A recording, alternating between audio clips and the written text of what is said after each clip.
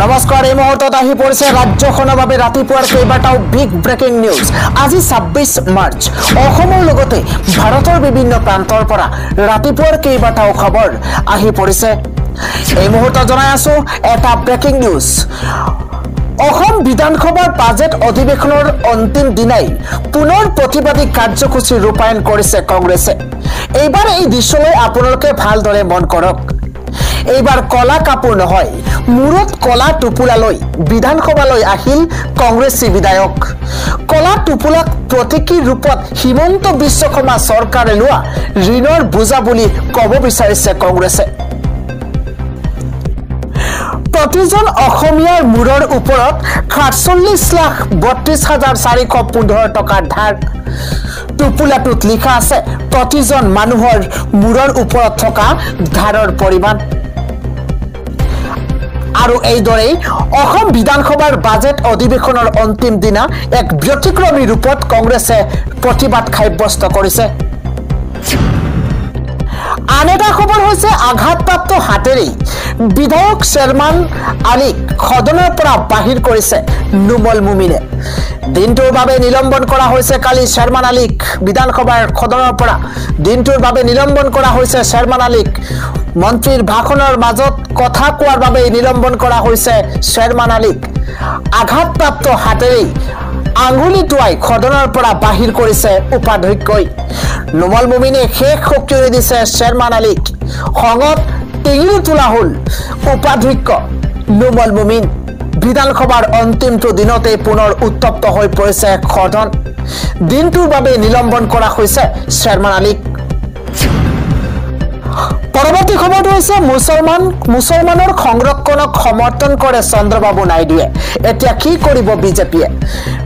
নাজানে মুছলমানৰ সংৰক্ষণক সমৰ্থন কৰে চন্দ্ৰবাবু নাইডুৱে নাইডুৰ নিৰ্বাচনী ইস্তাহাৰত আছিল 4% মুছলমানৰ সংৰক্ষণৰ কথা চন্দ্ৰবাবু নাইডুক লৈ এতিয়া কি স্থিতি গ্ৰহণ কৰিব বিজেপি আৰএছএছে সংখ্যালঘুৰ সংৰক্ষণৰ বাবে কৰ্ণাটকত বিজেপিৰ ঠিকাদাৰৰ কমিশন বন্ধ হল মুছলমানৰ লগতে কেইবাটাও সংখ্যালঘু সম্প্ৰদায়ক খাঙুৰি ল'ব বিচাৰিছে কৰ্ণাটক চৰকাৰে কৰ্ণাটকৰ সংৰক্ষণ ব্যৱস্থাক লৈ আপৰ সাংসদ সঞ্জয় সিঙৰ বিস্ফোৰণ চৰকাৰী ঠিকাত সংখ্যালঘুৰ বাবে 4% সংৰক্ষণ আনিছিল কৰ্ণাটক চৰকাৰে 15 গৰাকী বিজেপি বিধায়কক মাৰ্চেল লগাই বাহিৰ কৰাই দিয়া হৈছিল সদনৰ পৰা লোকসভা আৰু ৰাজ্যসভা সদনতো সৃষ্টি হৈছিল উত্তপ্ত পৰিস্থিতিত বিজেপিয়ে নাজানে মুছলমানৰ সংৰক্ষণক সমৰ্থন কৰে চন্দ্ৰবাবু নাইডুৱে আন এটা ডাঙৰ খবৰ হৈছে অহা 1 এপ্ৰিলৰ পৰা হ্ৰাস পাব বিদ্যুতৰ বিল এই মুহূৰ্তত জনাই আছো ডাঙৰ খবৰ বিদ্যুতৰ বিলক লৈ বৃহৎ ঘোষণা কৰিছে হ্ৰাস পাব বিদ্যুতৰ বিল এটা ব্ৰেকিং নিউজ ককা পাব ৰাজ্যৰ জনতাই 1 এপ্ৰিলৰ পৰা যেহেতু হ্ৰাস হ'ব বিদ্যুতৰ বিল প্ৰতি ইউনিটত 1 টকাকৈ হ্ৰাস হ'ব বিদ্যুতৰ বিল 120 ইউনিটৰ তলত আৰু ওপৰত দুয়োটা কেটাগৰীতে হ্ৰাস হ'ব বিদ্যুতৰ বিল বিদ্যুৎ নিয়ামক আয়োগৰ বিদ্যুতৰ নতুন নিৰীখ সম্পৰ্কত নিৰ্দেশনা বিদ্যুতৰ বিলক লৈ বৃহৎ ঘোষণা কৰা হৈছে আন এটা ভাল খবৰ হৈছে 32 লাখ মুছলমানলৈ বিজেপিৰ এবাৰ ডাঙৰ উপহাৰ ঈদত মছজিদে যাব বিজেপি কৰ্মী এই মুহূৰ্তত এটা ডাঙৰ খবৰ জনোৱাৰ চেষ্টা কৰিছো ঈদৰ পূৰ্বেই মছজিদে মুছলমানক বিশেষ উপহাৰ আগবঢ়াব মোদী চৰকাৰে দেশৰ দুখীয়া দৰিদ্ৰ মুছলমানৰ বাবে ডাঙৰ ঘোষণা কৰিছে বিজেপি চৰকাৰে এতিয়াৰ পৰা দুখ যন্ত্ৰণাত ঈদ পাৰ কৰিব নালাগে দেশৰ মুছলমানে কিয়নো দেশৰ 32,000 মছজিদত এজনকৈ বিজেপি কৰ্মী নিয়োগ কৰিছে বিজেপিয়ে দেশৰ 32 লাখ দৰিদ্ৰ মুছলমানক মছজিদে গৈ বিশেষ উপহাৰ দিব চৰকাৰে মোদী অভিযানৰ জৰিয়তে দেশৰ মুছলমানৰ কাষ চাপিব বিজেপি জিলা পৰ্যায়ত ঈদ মিলন কাৰ্যসূচী ৰূপায়ণ কৰিব বিজেপিয়ে এটা ব্ৰেকিং নিউজ ভাল খবৰ এই মুহূৰ্তত লাখ লাখ মুছলমানক বিশেষ উপহাৰ কিট যোগান ধৰিব বিজেপিয়ে ৰমজান মাহতেই ঈদৰ উপহাৰ দি মুছলমানৰ কাষ চাপিব বিজেপি দিল্লীৰ নিজামুদ্দিনৰ পৰা সৌঘাট মোদী অভিযান আৰম্ভ কৰিব চৰকাৰে ঈদৰ পূৰ্বে মছজিদে মুছলমানক বিশেষ উপহাৰ আগবঢ়াব মোদী চৰকাৰে পৰৱৰ্তী খবৰটো হৈছে অসমৰ জ্বলন্ত সমস্যা কেৱল মিয়া নেকি মুছলমানে লাজ দিলে এইবাৰ চৰকাৰক এই মুহূৰ্তত জনাই আছো ডাঙৰ খবৰ অসমৰ প্ৰধান সমস্যা কেৱল মিয়া নেকি মিয়া বুলি পাৰ কৰি দিলে এইবাৰৰ অসম বিধানসভা অসমৰ জ্বলন্ত সমস্যা ডাকিবলৈ এই কৌশল অৱলম্বন কৰিছে চৰকাৰে কাজিয়া পেচাল তৰ্কৰ মাজৰে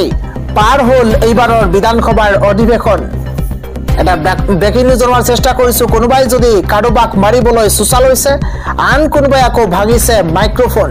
আন কোনোবাই জেউৰালৈ প্ৰৱেশ কৰিছে বিধানসভাত এয়া কি বিধানসভাৰ পৰিৱেশ নেকি প্ৰশ্ন উত্থাপন হৈছে এয়া বিধানসভাৰ এক ভাল পৰিৱেশ নেকি লাজ পাব লাগে বিধায়ক আৰু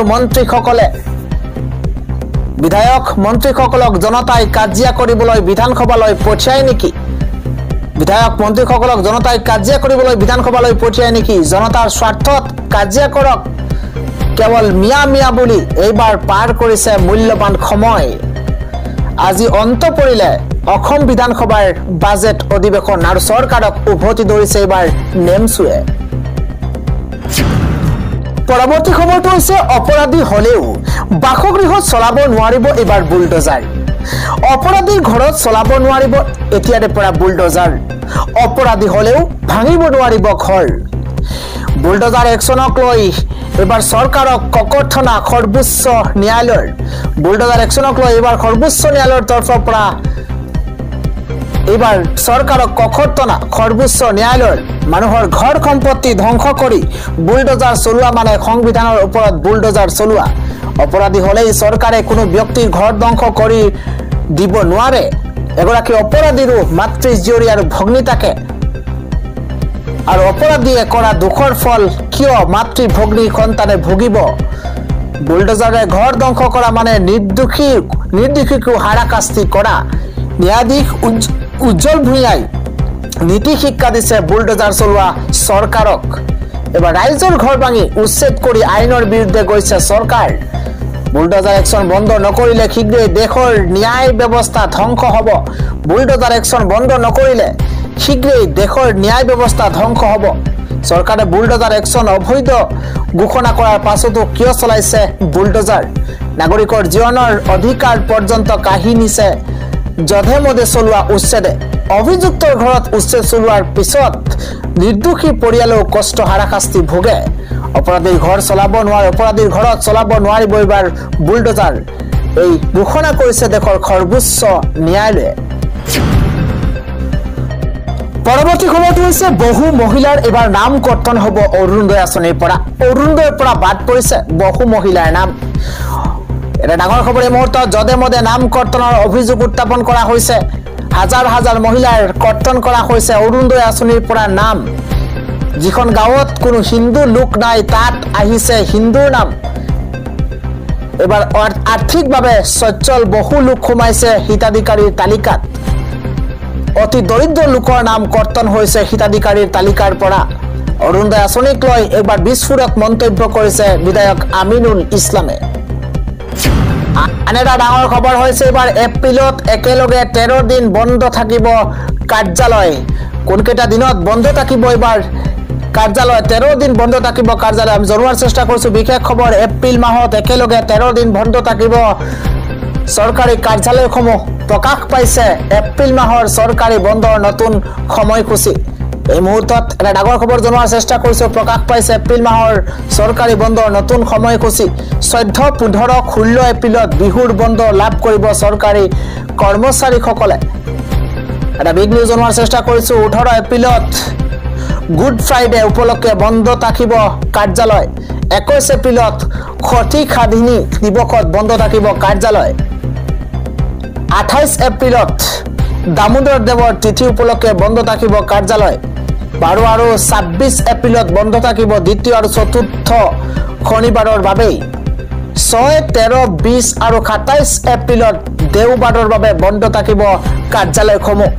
2 এপ্ৰিলত ৰাভা হাছং স্বায়ত্তশাসিত পৰিষদৰ নিৰ্বাচনৰ বাবে স্থানীয় এলেকাত বন্ধ থাকিব এপ্ৰিল মাহত একেলগে 13 দিন বন্ধ থাকিব চৰকাৰী কাৰ্যালয়সমূহ ইতিমধ্যে প্ৰকাশ পাইছে এপ্ৰিল মাহৰ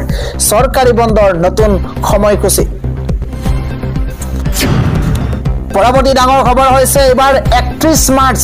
শেষ তাৰিখ শেষ সময়সীমা বান্ধি দিয়া হৈছে শীঘ্ৰেই কেঁচাগড়ৰ ফটো কৰক আপোনালোকে আপলোড চৰকাৰী পকী ঘৰক লৈ পুনৰ নতুন ঘোষণা কৰা হৈছে এবাৰ এটা ডাঙৰ খবৰ জনোৱাৰ চেষ্টা কৰিছো আপোনাৰ কেঁচাগড়ৰ ফটো নিজেই কৰিব পাৰিব প্ৰেৰণ